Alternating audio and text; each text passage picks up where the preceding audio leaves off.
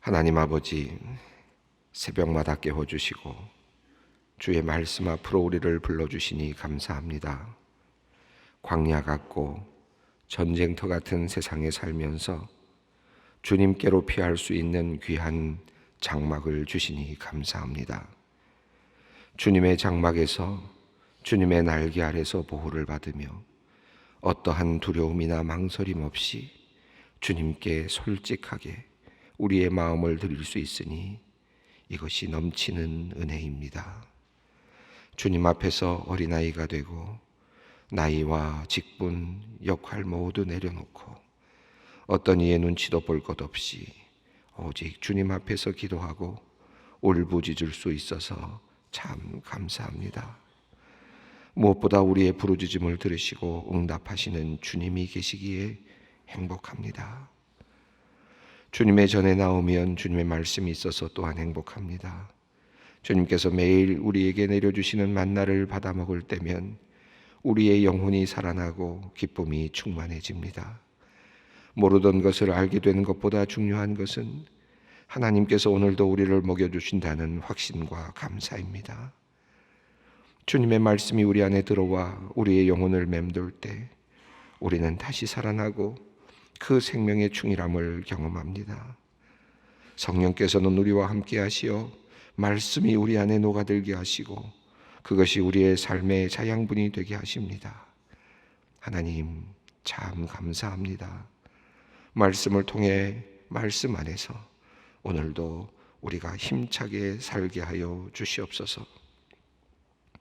주님, 믿음으로 살아갈 것을 굳게 다짐하고 다짐해도 교회를 나서는 순간 쉽게 흔들리고 무너지는 또한 우리의 약한 모습을 발견하곤 합니다. 죄의 유혹이 때로는 달콤하게 다가와 우리의 마음을 흔들고 때로는 위협적으로 다가와 우리를 압박합니다. 어느 때엔 세상의 가치관을 따르며 사는 것이 지혜롭게 보이기도 합니다. 이처럼 연약한 우리의 마음을 단단히 붙들어 주시기를 원합니다. 주께서 미워하시는 일의 마음을 빼앗기지 않게 하여 주시옵소서. 어떤 상황에서도 옳은 것을 선택하는 담대함을 주님 허락하여 주시기를 원합니다. 올바르게 심고 올바르게 거두는, 정직하게 거두는 주님의 법칙을 기억하게 하시고 오직 욕심을 내려놓고 오직 주님만을 경외하며 정직한 삶을 살아가게 하여 주시옵소서. 그러한 삶을 통하여 주님께서 주시는 귀한 복을 받아 누리는 기쁨을 또한 경험케 하여 주시옵소서. 어린 아이를 축복하시는 주님, 우리의 자녀들을 위하여 기도합니다. 소망교회에서 매주일 말씀을 먹고 자라나는 자녀들이 일찍 주님을 알고 구원의 은혜 가운데 학교도 다니고 친구를 사귀고 장래를 꿈꾸게 하여 주시니 감사합니다. 세상의 가치관과 유행에 현혹되지 않게 하여 주시옵소서. 아주 사소해 보이는 것이라도 죄의 유혹은 구별해내는 지혜와 단호히 끊어내는 용기를 우리의 자녀들에게 허락하여 주시옵소서. 뜻하지 않은 고난과 문제들을 만났을 때 가장 먼저 하나님을 기억하고 그 주님께로 나와 무릎을 꿇을 수 있는 기도의 자녀들이 되기를 원합니다.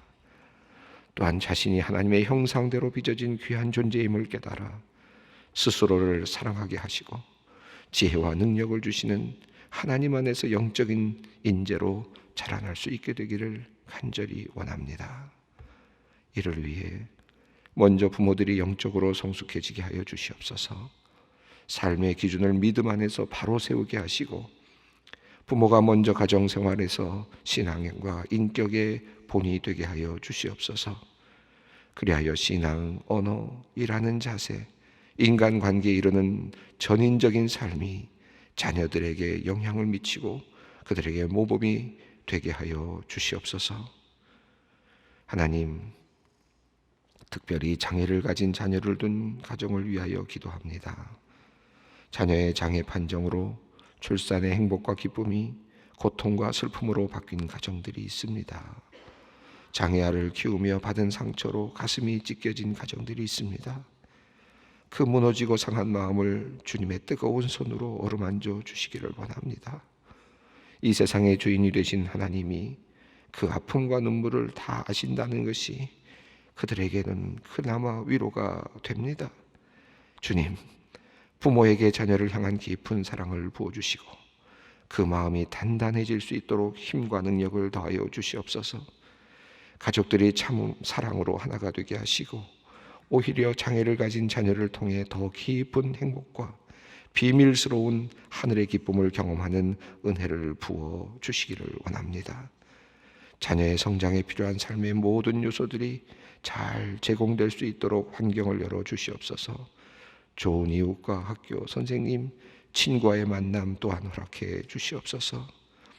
자녀를 위해서 할 수 있는 일이 한계가 있음을 압니다.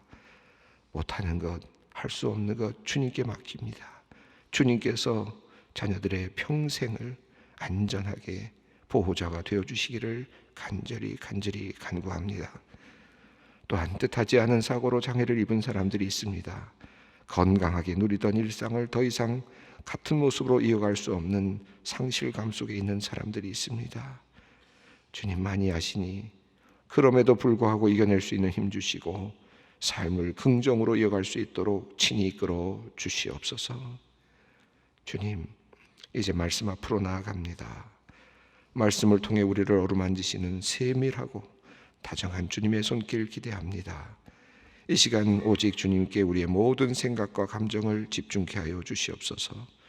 주실 말씀을 기대하며 성령을 기대하며 우리 주 예수 그리스도의 이름으로 간절히 기도 올리옵나이다. 아멘. 오늘 하나님께서 우리에게 주시는 말씀 출애굽기 26장 15절로 30절 말씀입니다.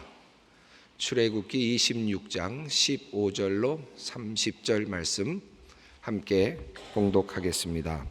너는 조각목으로 성목을 위하여 널판을 만들어 세우되 각 판의 길이는 10규빗, 너비는 1규빗 반으로 하고 각 판에 2초씩을 내어 서로 연결하게 하되 너는 성막 널판을 다 그와 같이 하라.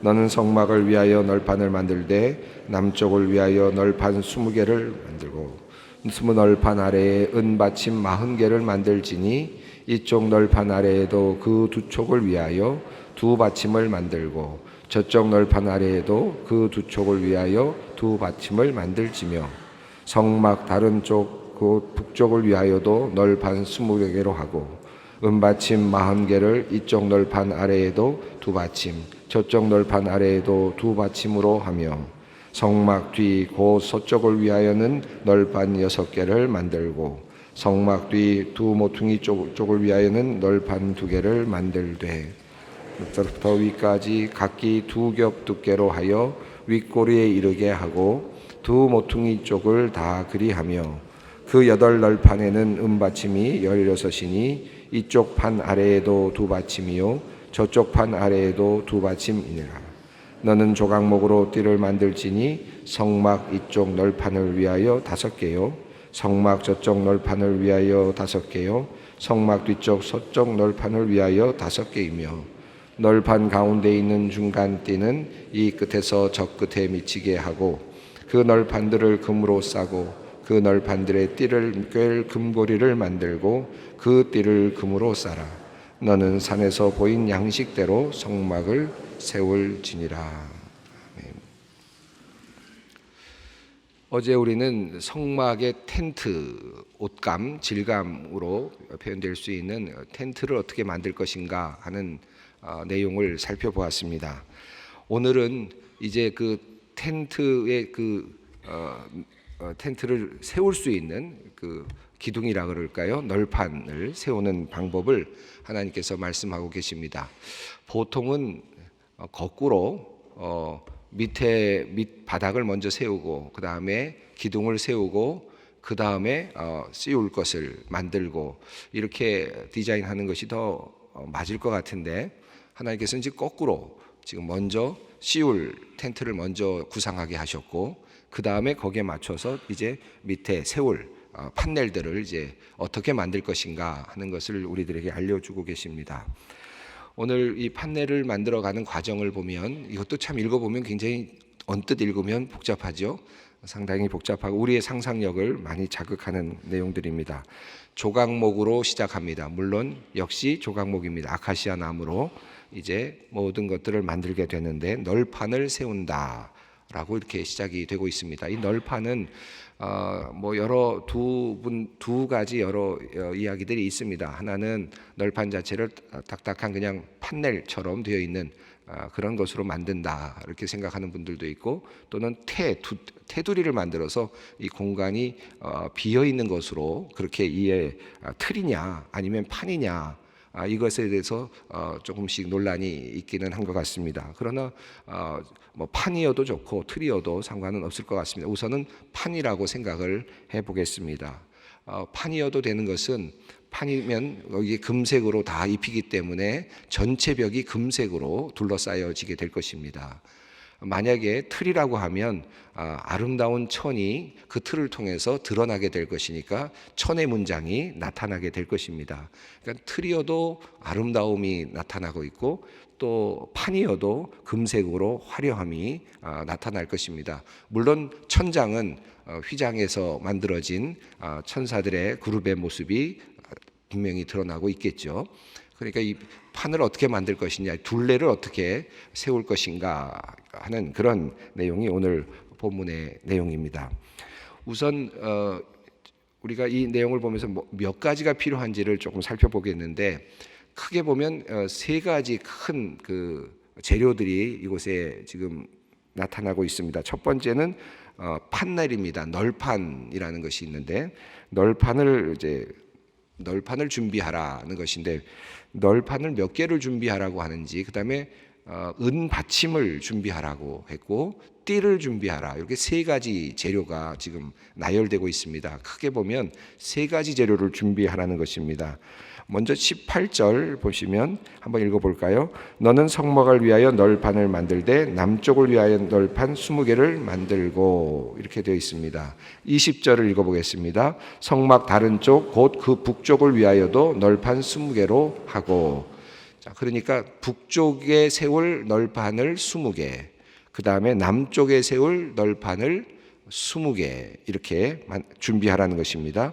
그 다음에 22절을 보시면 성막 뒤 곧 서쪽을 위하여는 널판 6개를 만들고, 그러니까 20개, 20개, 6개 이렇게 되어 있습니다. 그리고 23절을 보시면 성막 뒤 두 모퉁이 이쪽을 위하여는 널판 2개를 만들되, 이렇게 되었습니다. 그러니까 성막의 널판의 개수는 몇 개일까요? 20개, 20개, 6개, 2개. 그러니까 48개가 되겠습니다.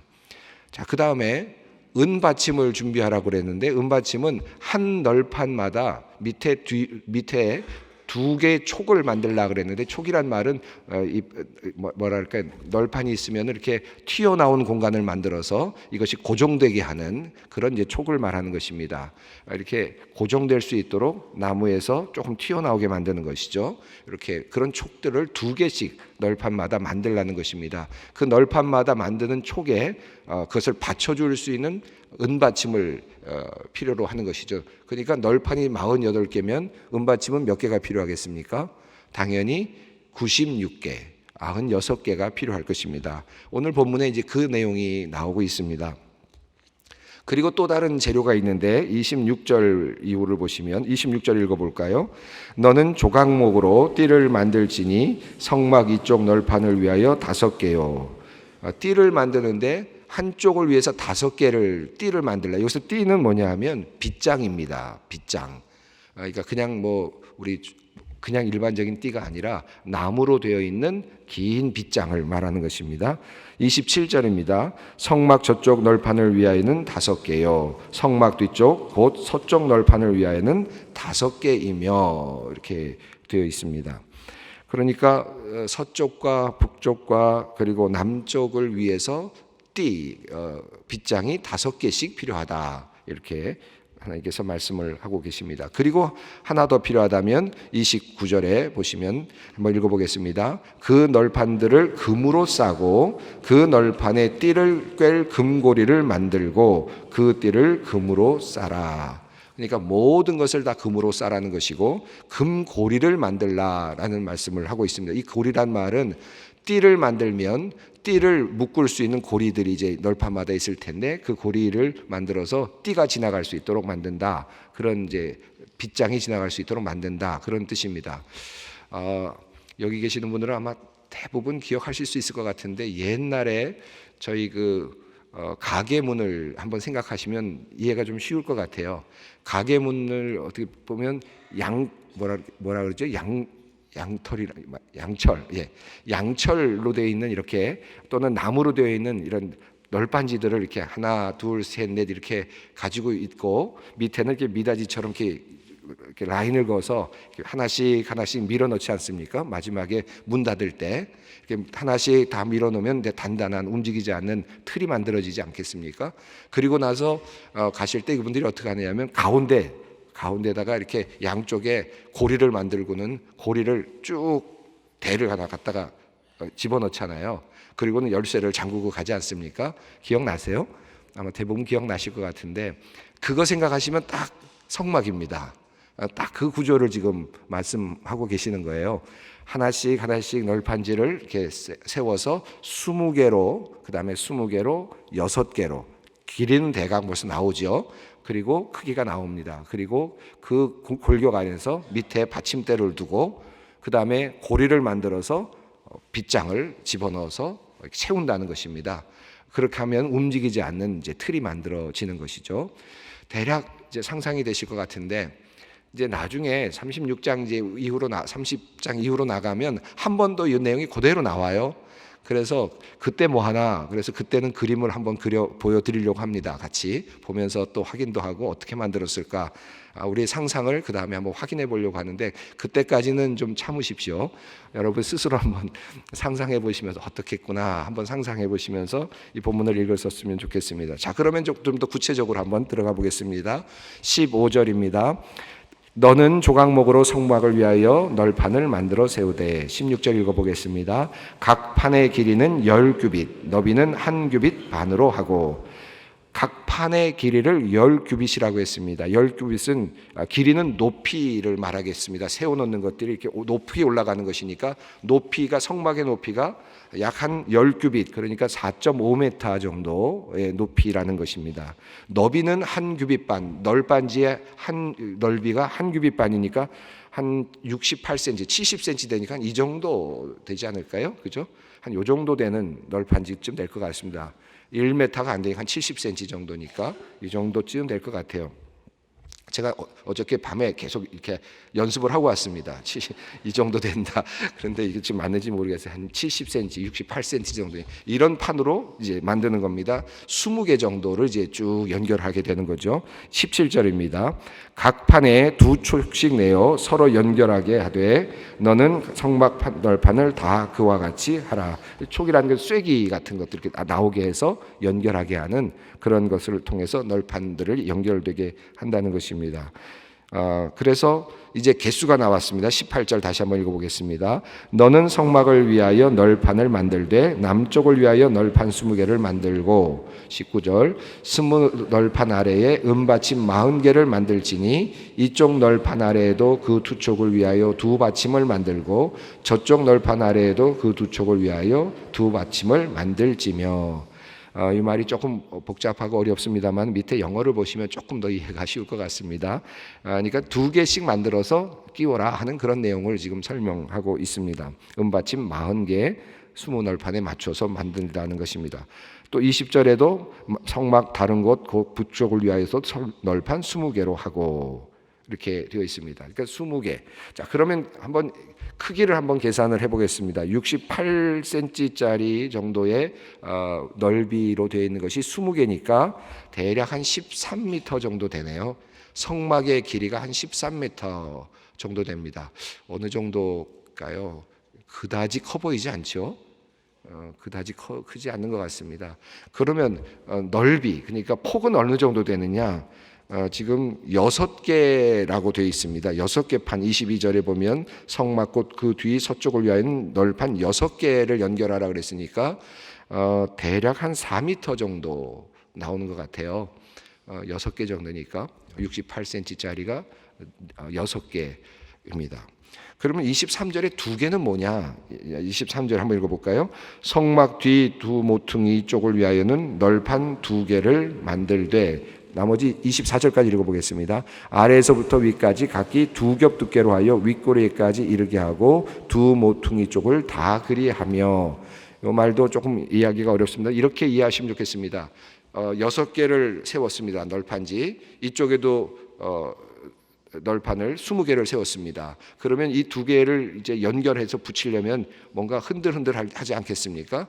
그랬을 때 여기 뒤에다가 마지막 부분에 두 개가 연결되는 부분에다가 하나씩을 더 놔서 이렇게 되어 있으면 여기다 하나를 더 놔서 단단하게 두 겹으로 양쪽 끝에는 두 겹의 판넬을 넣어서 붙이라는 그런 의미입니다. 그러니까 당연히 그래야 움직이지 않겠죠. 그냥 막 세워만 놓으면 이게 흔들흔들 할 테니까 마지막 부분을 연결해서 세울 수 있는 두 개의 판넬을 양쪽에 붙이라, 이렇게 이해할 수 있을 것 같습니다. 그러면 이제 단단하게 설 것입니다. 그리고 나서 이제 밑에 은받침에 대한 내용이 나옵니다. 은받침은 밑에서 만들어지어서 두 개씩 자리를 잡고 있습니다. 25절과 26절, 25절 읽어봅니다. 이 8판에는 은받침이 16이니 이쪽 판 아래에도 두 받침이요 저쪽 판 아래에도 두 받침이다. 그래서 46개가 정확하게 여기서 설명되고 있습니다. 자, 그리고 이제 띠입니다. 아까 말씀드렸습니다. 빗장인데 26절, 27절 역시 조각목으로 띠를 만들고 빗장을 만드는데 성막 이쪽 널판을 위하여 5개요. 성막 저쪽 널판을 위하여 5개요. 서쪽 널판을 위하여 5개다. 자, 그러면 고리가 몇 개쯤 있을까? 5개로 이렇게 나갈 것이냐? 5개로 만든다 그러면 고리가 5개가 있어서 빗장이 5개가 이어져야 되는 거잖아요. 20개의 큰 길이에 맞춰서. 그런데 보면 보시면 28절을 보시면 널판 가운데 있는 중간 띠는 이 끝에서 저 끝에 미치게 하고, 그러니까 그 중에서 가운데 있는 것만 끝에서 끝까지 띠가 빗장이 끝까지 가게 하고, 그러니까 나머지 빗장들은 끝에서부터 끝까지 갈 필요가 없다라는 뜻으로 이해할 수 있겠습니다. 제가 이거 뭐 건축하는 사람도 아닌데 그냥 그림을 그려보는 겁니다. 저 나름대로. 제가 좀 틀릴 수도 있으니까 여러분 마음대로 그려보세요. 가운데에 있는 빗장은 고리를 만들어서 끝에서부터 끝까지 20개의 널판을 잇는다 했을 때 나머지에 대해서는 그런 어떤 조항이 없는 걸로 봐서 아마도 많은 분들이 아마 3줄 정도의 고리가 있지 않았을까. 그래서 위에 그 고리는 한 10개쯤, 이쪽도 10개쯤 연결하고 이쪽도 10개쯤 연결하고 마지막에 있는 거 하나만, 가운데 있는 것만 20개로 이렇게 연결하지 않았을까, 이렇게 상상을 해봅니다. 은받침 2개, 여기 이제 여러 가지로 하나씩 우리가 이것들이 무슨 의미인가를 좀 더 깊이 생각해 볼 수 있을 것 같습니다. 이게 너무 깊이 들어가면요, 은받침은 뭐고, 뭐 조각목은 뭐고, 뭐 다 이렇게 얘기하다 보면 때로는 좀 너무 깊이 들어가나 하는 그런 생각을 할 때도 있습니다. 보이는 만큼 여러분이 보시면 좋겠습니다. 은받침 같은 경우는 조금 생각해 볼 만한 것이 있습니다. 출애굽기 30장 이후를 보시면 이스라엘을 이제 계수하는 내용이 나옵니다. 앞으로 뒤에 나오겠죠. 이스라엘 민족들을 이제 한 사람씩 세라. 그래서 계수해서 속전세를 이제 내게 합니다. 그 내게 하는데 그것이 반세겔입니다. 반세겔씩 내도록 하는데 그게 은동전입니다. 은동전을 다 모은 거예요. 그래서 한 사람도 빠짐없이 내게 하고, 그리고 부자이든지 가난한 사람이든지 동일하게 내라. 이것만큼은. 그래서 똑같이 거둡니다. 그래서 그 은을 이제 모든 사람에게서 은을 이제 각 사람에 해당하는 은들을 모으는 내용이 나와요.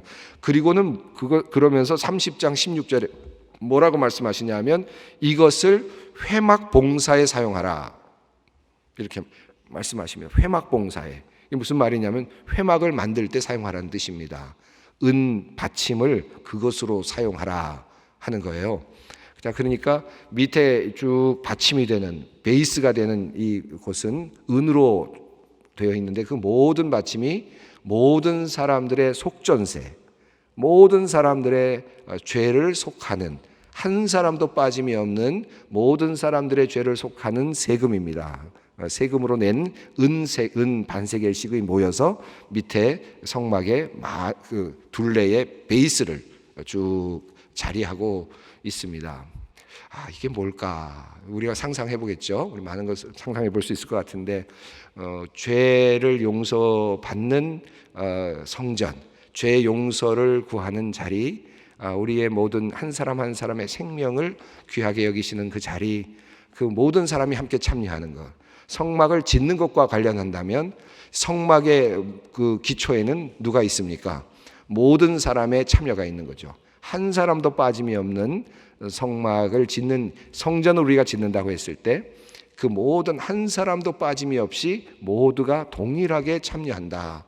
그 다음에 위에 올라가는 것은 여러 장인들이라든지 또 더 많은 것을 내는 사람들이라든지 이런 것들을 통해서 성막이 아름답게 지어지겠습니다만은, 그러나 적어도 베이스, 가장 기본적인 성막의 베이스는 모든 사람이 함께 참여한다. 그리고 그것은 성전의 가장 근본적인 의미는 뭡니까? 죄를 용서받는 자리, 나의 죄를 용서받고 내가 구원받는 그 자리, 그것에 대한 하나님께 드리는 기쁜 헌신입니다. 나중에 이것이 예수 그리스도와 연결되면 아주 또 깊은 영적인 교훈이 우리에게 다가오죠. 바닥, 여러분, 성전의 바닥은, 시간이 많이 됐네요. 성전의 바닥은 무엇입니까? 무엇으로 됩니까? 뒤에 나오겠죠? 뭐로 될까요? 널판지입니까? 금입니까? 성전의 바닥은 없습니다. 비어 있습니다. 무슨 말이냐면 모래바닥, 광야, 그냥 그 땅입니다. 아무것도 없어요. 넓이와 길이 그것만 있지 밑에는 따로 금색을 칠하라 아무것도 없어요. 그러니까 성전의 가장 기초적인 베이스는 그 널판지를 따라가는 그 베이스가 답니다. 성전의 모든 그 기초가 그 틀을 따라 움직이고 있죠. 오늘 이 말씀 많은 것들이 있지만 오늘은 시간이 또 많이 갔습니다. 할 얘기가 참 많네요. 또 다음에 나올 때 또 두 번 나오니까 그때 못한 얘기도 하겠습니다. 방향도 지금 여기 있고 여러 가지들이 있는데 그때 또 좀 남겨두었다가 그때 좀 말씀을 드리도록 하겠습니다.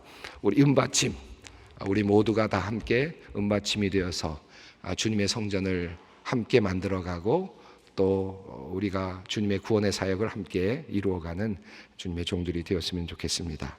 주님의 가르친 기도를 드리겠습니다. 하늘에 계신 우리 아버지, 아버지의 이름을 거룩하게 하시며 아버지의 나라가 오게 하시며 아버지의 뜻이 하늘에서와 같이 땅에서도 이루어지게 하소서. 오늘 우리에게 일용할 양식을 주시고 우리가 우리에게 잘못한 사람을 용서하여 준 것 같이 우리 죄를 용서하여 주시고 우리를 시험에 빠지지 않게 하시고 악에서 구하소서. 나라와 권능과 영광이 영원히 아버지의 것입니다. 아멘.